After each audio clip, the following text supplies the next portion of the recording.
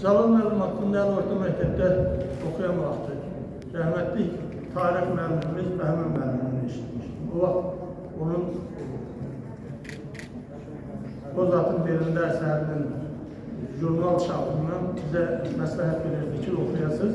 Bir dəfə belə bir misal gətirdi ki, Qəziyanın üst tərəfində bir dərə var. O zat Nəbrinin altında necə cövrana gətirirsə, o dərədən tullanır. Deyib, sonra da görürdü ki, dedim, ay canım, o boyda tullana bilməz aslında.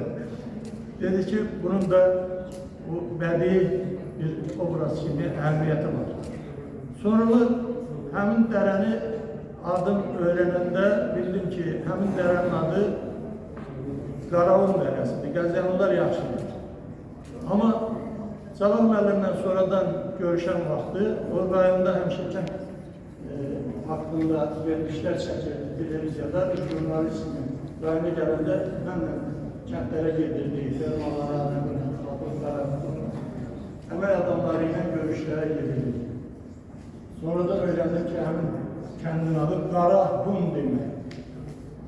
Və Qarahun kəndinin adını özü maşında gedəndə bir də mənə izah elədi ki, Qarahun adının tarixdə, toponimin tarixdə yaşadılması üçün mən o kəndin adını kitaba salmışam. Və sonra öyrəndim ki, həmin Qarahunların böyük imperiyası oldu. Şimalda, Qafqazın şimal tərəfində Qarahunların böyük imperiyasının adı ilə Kerahun dağları da var. Və bayaq məndən qabaq çıxış edən xanım çox doğru buyurdu ki, onun Cəlal Bərgüşadın bir yazısı kimi tarixli romanlarının qiymətini ən yaxşı verən öz sağlığında mərhum bizim akademikimiz verir. Onun biz sərhəd bölgəsində 120 kilometr ermənilərlə sərhəddəyik və bizim cəsur oğullar bu sərhədləri qoruyur. Rəhmətli Əliyar da başda olmaqla, o da həmin kənddə böyümüş bir igididir. Romanda belə bir yer vardı ki, o misalı Ziya Bünyadov'da çəkir ki, Cəllad, gözümü bağlama, mən son nəfəsimdə də dünyaya və odlar yurduna, öz vətənimə baxmaq istəyirəm. Və bu sözləri biz həm müəllifin öz dilindən, həm də posta dayanan, döyüşdə iştirak edən həmvətənlərimizin qarşısında çox işlətmişik. Bir məsələni də demək istəyirəm ki, Ziya Bünyadov'un verdiyi qiymət bəlkə də çox həmişə tənqidi tarixi mənbələrdən istifadə edən adamlara, tədqiqatçılara, tənqidi yanaşan adamların münasibət bildirən Ziya Bünyadov onun haqqında öz sağlığında böyük bir tərifli əsər yazır və belə adlandırır ki, Cəlal Bərgüşad Babəkə öz sağlığında ədəbi abidə qoyur.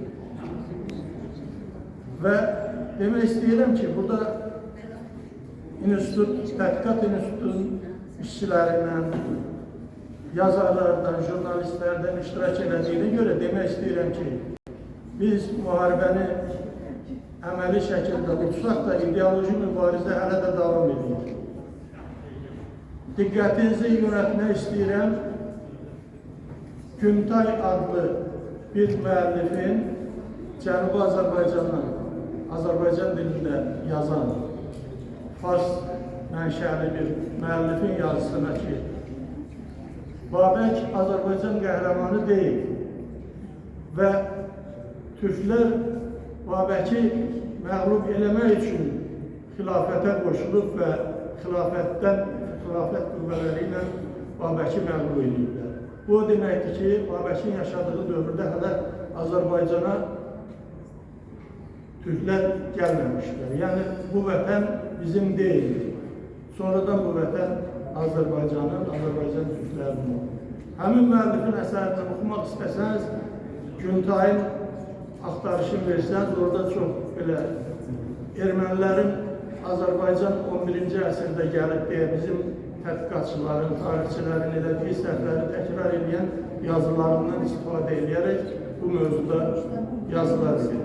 Mən bugün çox məmnuniyyət hissi ilə bu tədbirdə iştirak edirəm və aparıcıya da mənə söz verdiyinə görə təşəkkür edirəm. Allah təşəkkür edirəm.